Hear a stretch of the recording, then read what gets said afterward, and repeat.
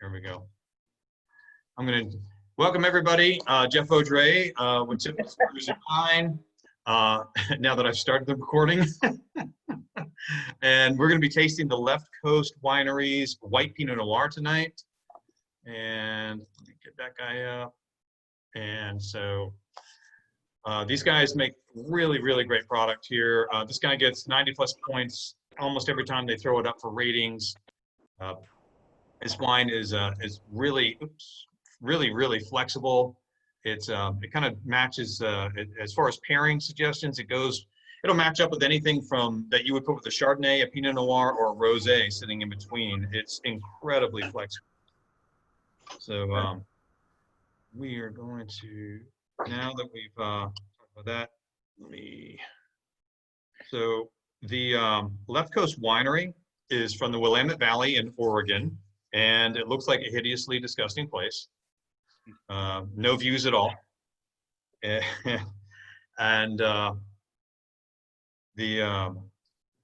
actually, I'm going to jump back over here. Let's go ahead and crack open the wines if you haven't already, and get some of that in the glass while I talk a little bit about the area, the winery, and the wine itself.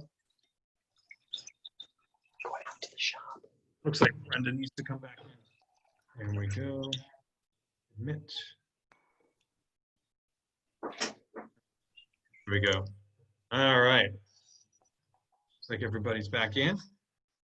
So, like I was saying, this we've got this wine. So, like I always say, this guy, I like to serve my my whites about 45 degrees.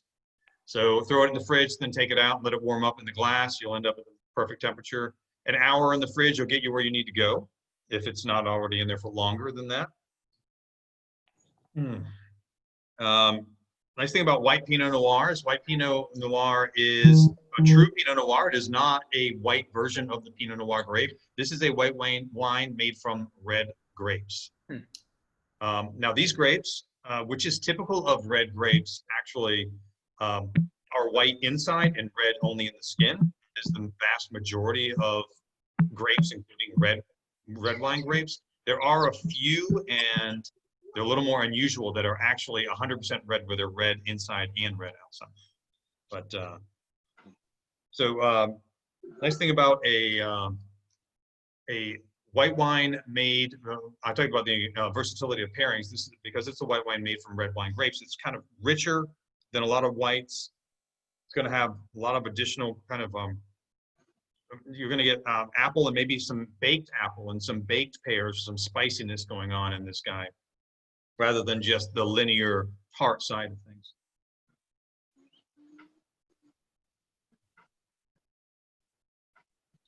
The color has got a hint of peach to it.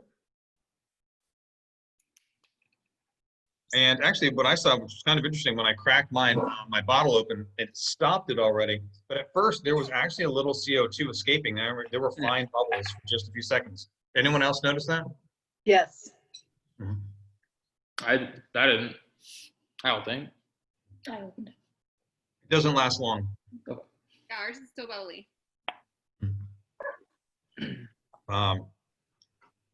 Take a look. So, so these guys, like I said, it's a richer version of a white wine without counting on the barrel to do it.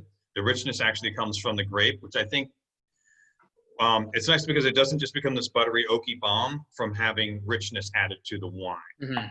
And not that there's necessarily anything wrong with the butter bomb. You know, there's some people really, really love them, which is fine. But I think that the richness of this wine plays better with food because it won't be as overbearing. Kind of a honeysuckle on the floral side. So this guy's so the vintage we're drinking right now is a 2018. This one's 91 points, Wine Enthusiast. The next vintage, so we all got to drink through it so they can bring the next vintage in. The next vintage is 92 points and was a Wine Enthusiast Editor's Choice. So as nice as this wine is, and I think it is really nice, there's great things to come with the next vintage too, so we can look forward to it if you guys enjoy it tonight. Challenge accepted. Yeah, right? Exactly. Let's get on that. All right, so the Willamette Valley, let's get back to my wonderful pictures here. And the Mount Rainier in the background there. The Willamette Valley is actually, it lies parallel to Burgundy in latitude across the world. So it's really kind of makes a lot of sense that in Burgundy, France, they specialize in Chardonnay and Pinot Noir. Well, in Oregon, they specialize in Chardonnay and Pinot Noir. So the only thing that is a little different is in Oregon, they grow a lot of Pinot Gris as well. Pinot Gris, just throwing it out there for now, is underconsumed because I think it's really delicious. It is the same exact grape as Pinot Grigio, just grown in those cooler areas. They gave it a different name. Now, some of them will say they've gone multi-generational with those Pinot Grigio grapes, training them for the cooler climates, which fine, but the bottom line is genetically there's no difference. I like this wine. I actually chose this because it is unusual. I know around Tipples, I've introduced this wine over the last 4 years because I think I discovered it in 2016. I've introduced it to a lot of people, but outside of Tipples, there are really not a lot of people that have much experience with white Pinot Noir. And so I just thought it was kind of an unusual one in addition to really being delicious. And I thought it would be kind of a pleasing white that's a great crossover because it is based on red grapes. So jump back over here. And now that I've done a bit more about the grapes, before we get into the winemaker, let's talk a little bit about what you guys are tasting and smelling. I felt a little bit of apricot. I thought the honeydew was a really good pull. But yeah, like my first thing, I was like, I could see like a little bit of like apricot, something like that. I like the apricot call. I definitely get that. You know, when you have something that's richer than apple, Yeah. But not tropical, you get to that. The apricot is kind of a unique thing, and I agree 100%. It reminds me of graham crackers. I can see that. That's actually the vinification. So the reason it does that, and you make a good point, Robin, you have it right. So the reason for that, there are 3 ways that around the world people do tend to make white Pinot Noir. There's all stainless steel method, which tends to be the French style. There's a heavily oaked method, which is often in Oregon. These guys don't do that. They work more the French style, but they leave it on the lees. So what that is all the yeast and everything, when it falls out of solution, it'll sit at the bottom and they allow it. They don't take it off of that. They don't drain it aside. They let it sit on the lees, which then allows richness to flow back up into the wine without adding oak. And that's actually the same process they work with usually in Champagne in France. Jeff, what about the sweetness? This seems to be a little sweeter than Yeah, totally agree. What causes that? It's definitely a fruitier wine. It's still technically fully dry, but to me, it's the richness on the fruit. So it's like a ripe fruit rather than an underripe fruit. Okay. And then the perception, and this is something we'll run into again and again with fruit forward wines, is when your body perceives fruit, it thinks sweet automatically. Where in the wine world, while it's technically dry, I agree with you. It is it's got a fruit forward quality where you get a lot of like that apricot pear jumping right in there. And Peach. Yeah, peach, go for it. Yeah. Yeah, I agree with like basically everything you guys said. The first thing I said to Julie when I took a sip was it reminded me of peach cobbler, like graham cracker and peach. So it's and sweet. So yeah, I think that's spot on. Yeah, I was like, great. Now I want dessert. Thanks.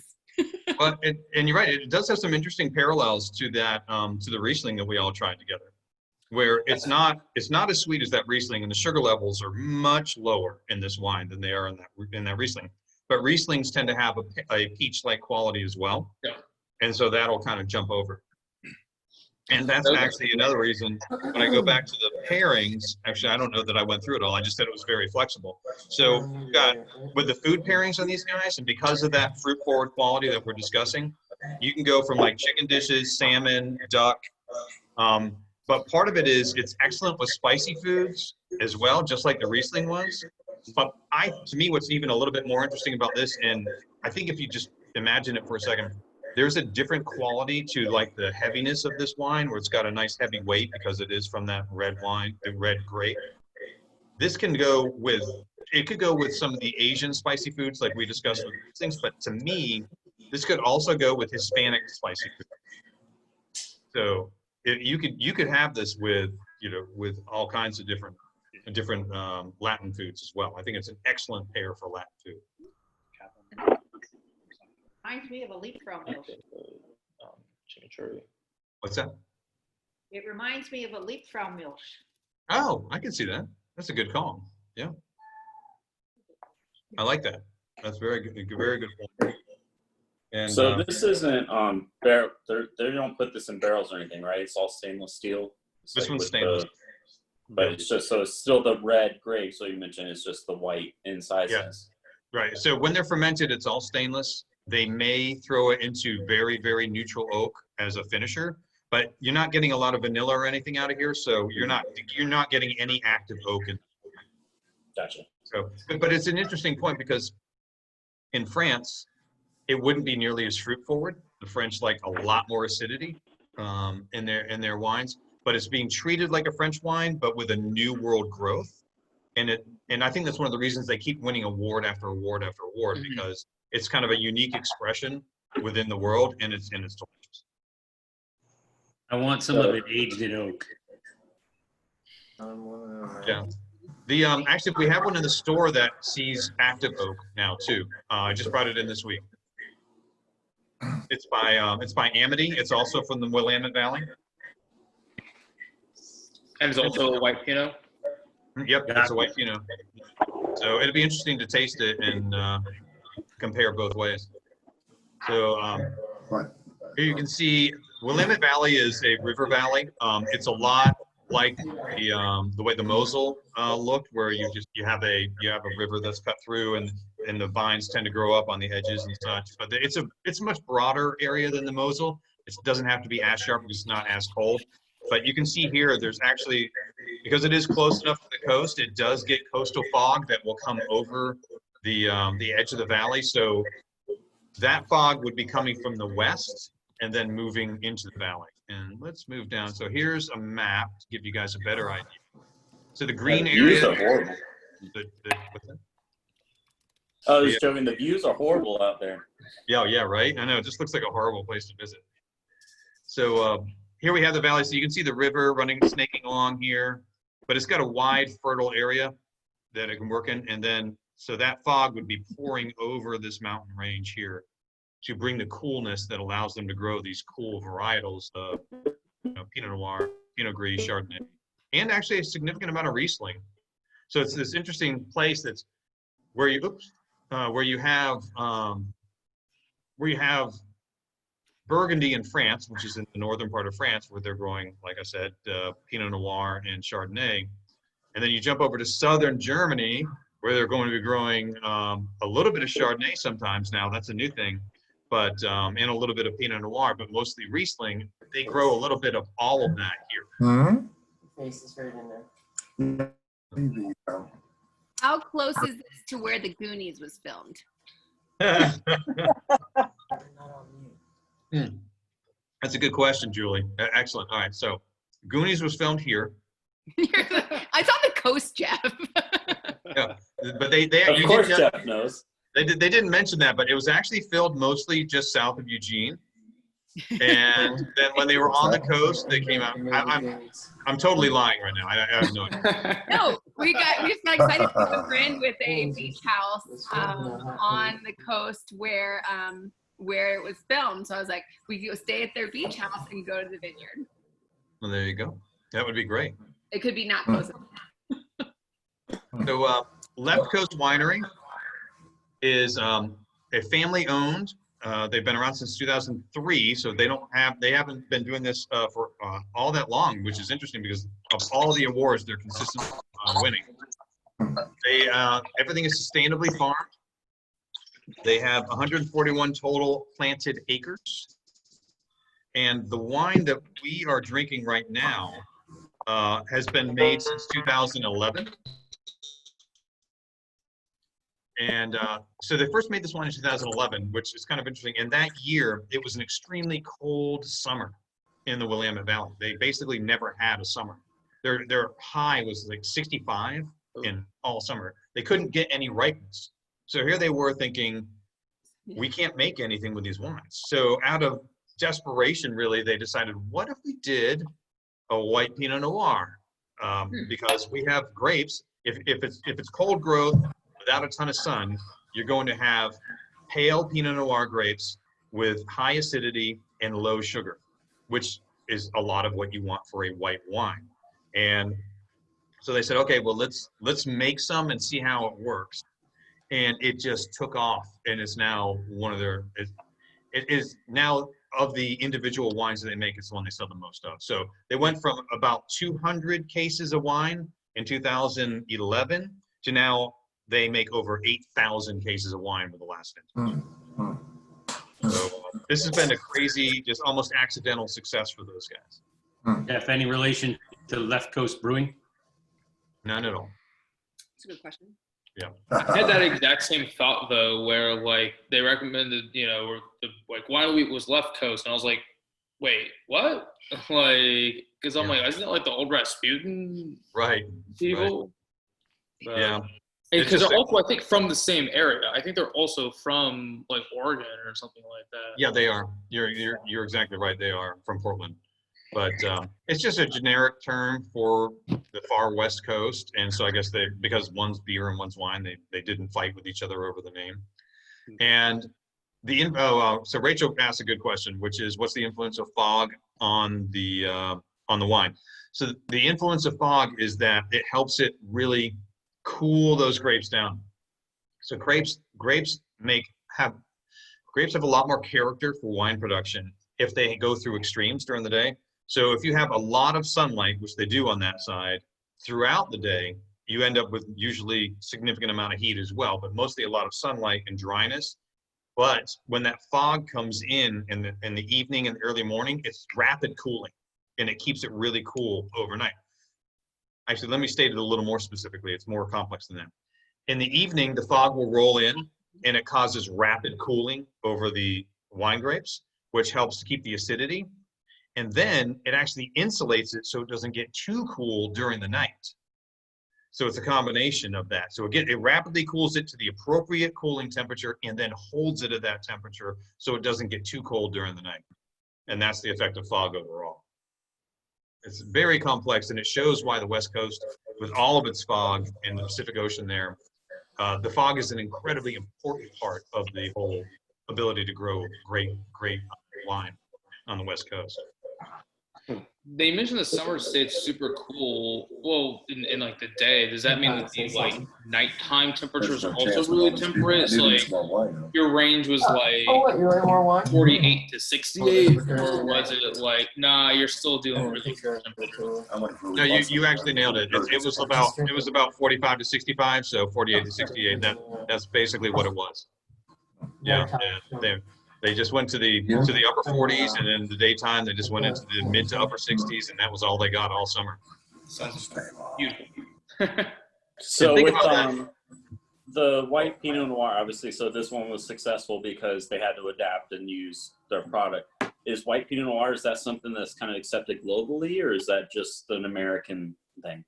Oh no, it's they do make some in Burgundy. And then they make some in, trying to think, it's almost exclusively Burgundy and then Oregon. There's a little bit being made in Chile. That's the other one. Ooh, but I've never seen one. So they say, like I'm reading this document and saying, yeah, and in Chile. I was like, yeah, and yet there's none for me to buy. So it can't be that much. Yeah. So, awesome. Thank you. Yeah. Absolutely. So, what do you think about it? Do you think it's weird? Do you think it's tasty? Is it something you would revisit? I like it a lot. It's good. Good. I like it a lot. Yeah. I've been drinking a lot of white wine lately. No, more on tomorrow. It's all good. Quick. So, Jeff, how close is this winery to McMinnville? We spent a weekend in McMinnville and did some tasting, and they emphasized this effect of the coast, the fog and the change in temperature and things. I don't know. I can't remember, to be honest, how close it is to I Makenville. didn't- 'Cause I can't picture I didn't Makenville. see it. Didn't see it on the map. Right. If I remember correctly, it's 49 minutes. 49 minutes from what? From McMinnville? McMinnville to the Willamette Valley. Ah, Yeah, because McMahonville is this really cool place. that is a, They don't do a lot of growing there. They just do have a lot of the wineries there, where they either make it or they display it there. So McMahonville is this gorgeous town, and it is gorgeous. You and I talked about it, and I looked it up. It is beautiful, but they actually don't grow much wine right there. They bring it in. well, we went to Archery Summit and Domaine Serene and a few resemblance. I mean, a few, but we didn't have the scenery like you showed in the photo of this winery, the Left Coast. Oh, right. It's just beautiful. Closer to the coast. Yeah, maybe it is next to the Yeah, maybe. And Domaine 30 Serene minutes south and of. Archery Summit are two of my favorites too. Oh, yeah. Archery Summit's Pinot Gris for a reasonably priced Pinot Gris is one of my favorites. We'll probably feature that That's a one later. good this one. year. Yeah, it's a Yeah. beautiful wine. Yeah, that's Yeah. a great one. Yeah, they're 30 minutes south of Portland. It's a real great trip to rent a car and go down there, and everything's labeled, where to go and all that. So it's a great time. Fantastic wines. Oh, for sure. By the end of the day, drinking all the reds, though, our teeth were different colors and we were getting numb, but everything was wonderful. That's right. It still felt great, right? Oh, yeah. I So think we're so. actually gonna have to jump off a little early. We have That's my Myra's. dad's birthday today. So we have a Zoom call. They live in South Florida. So we're Wow. social distancing. We're gonna say hi on Zoom, but thank you for right. everything. All right, cheers, guys. Bye, Cheers. everyone. Happy birthday there, Dad. Happy Well, see birthday. ya. So, all right. So, any other thoughts, guys, on I would this? say for someone who doesn't lean towards the white side, I really like this one because you can taste the butteriness, but it's not buttery like a Chardonnay, which is like a no-go for me. Yeah, me too. Yeah, and so it's like, okay, like a little bit of bubbles without being too sweet, a little bit of buttery without being too heavy, really good, easy drinking for people who prefer a red over a white. Sure. Exactly. That's I right. agree with you 100%. Right. Yeah, I think that's a good point. Yeah, it's a great wine, a great white wine for red wine drinkers. Mm. I'd say it's a great white wine for white wine drinkers. There we go. That's what I was gonna say, and vice versa. That's right. Yeah, well, and that lends itself to this. It's such a really neat style of wine because it's one of those things where they say you can't be everything to everybody without, but this thing is such a broad level of appeal and application for pairings, and yet it is legitimately delicious. It's not just like some wines. This is what I go with. A lot of cheap Pinot Grigio is just inoffensive. It's just like, okay, whatever. It was $9. Moving on. Yeah, And- exactly. Yeah. See, this is one of those wines that when you first drink it, you're like, oh yeah, no problem.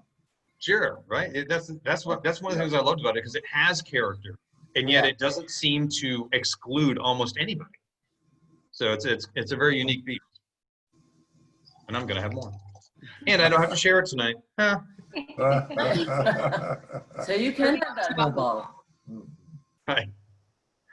Yeah, we ended up making shrimp scampi tonight, and that was like perfect with it because it has Yeah. like a little bit of kick to it and a lot of acidity with like lemon and obviously the shrimp and everything else like that.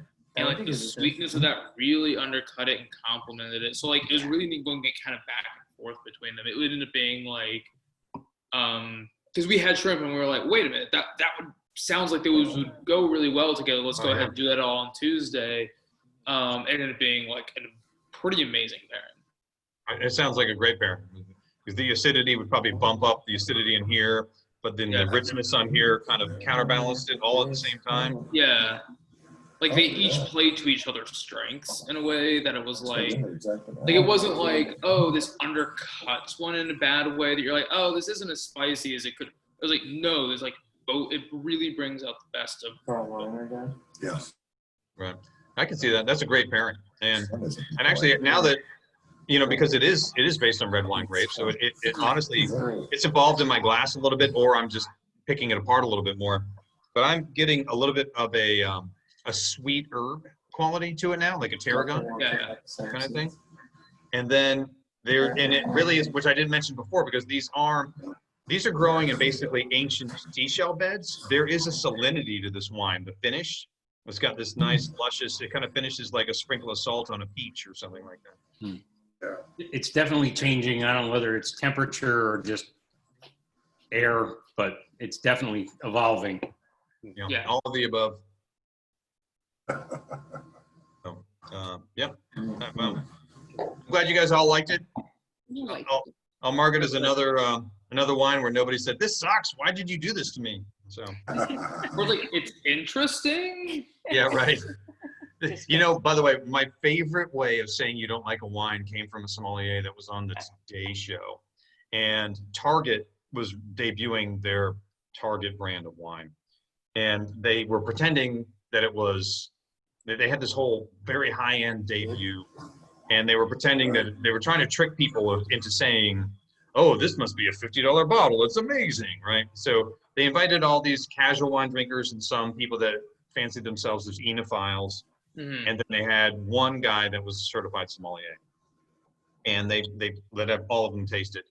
And everyone that was a casual wine drinker, as I would expect, they're like, "Yeah, it's good, it's fine, okay, I like it," you know. And then this one woman that labeled herself as a true enophile said, "Oh, this is clearly," because she's caught up in the event, "this is clearly a delightful wine. I'm going to guess it should retail for $50 to $75 a bottle, and this is amazing." And they're like, "Oh, wow, it's Target wine, $15. Wow, you're proving our point. We're amazing." And then they went over to the true sommelier, and he swirls it, he smells it, tastes it. This is a great line. I would not revisit that. Such a beautiful, beautiful way to say it without being ugly. Exactly. Enophile and a sommelier. Remember that. Oh, the difference. The beginning of a enophile.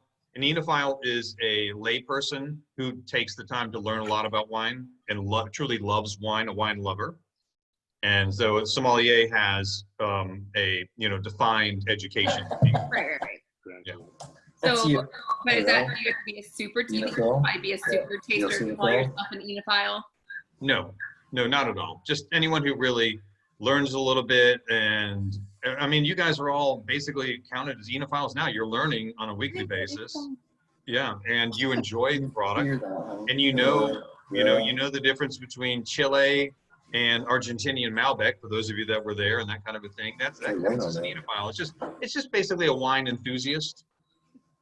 Trademark Wine Enthusiast Magazine. Credit to you. Sorry, don't cause me trouble. I'm going to vote for wine lover or wine enjoyer or enthusiast. I don't want the title that ends in file. Just for everybody. If you're getting monogram, leave me off the file part. I just I'm rather. sending all my emails from now on. Like, thanks so much. Have a great day, Julie, enophile. It just has a better ring to me without the file part. It's June 30th. Actually, and then by the way, craft beer lovers, they finally have their own term, which is zithophile. Oh. A zithophile? Zithophile. So it's a new term, but it's evidently the version of enophile for beer lovers is zithophile. And by the way, the word enophile starts with an O. Whoa. It's O-E-N. I thought it was EI.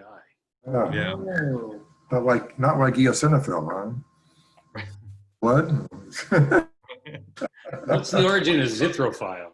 I don't know. It's from zymology, which is the science of fermentation, which is the name of my brewery. And so I don't know where the TH comes from, but it became zithophile. They could have called them zymophiles, but not to jump ahead, but what are we doing next Tuesday? Just let's go look. Good question. How about that? Master segue.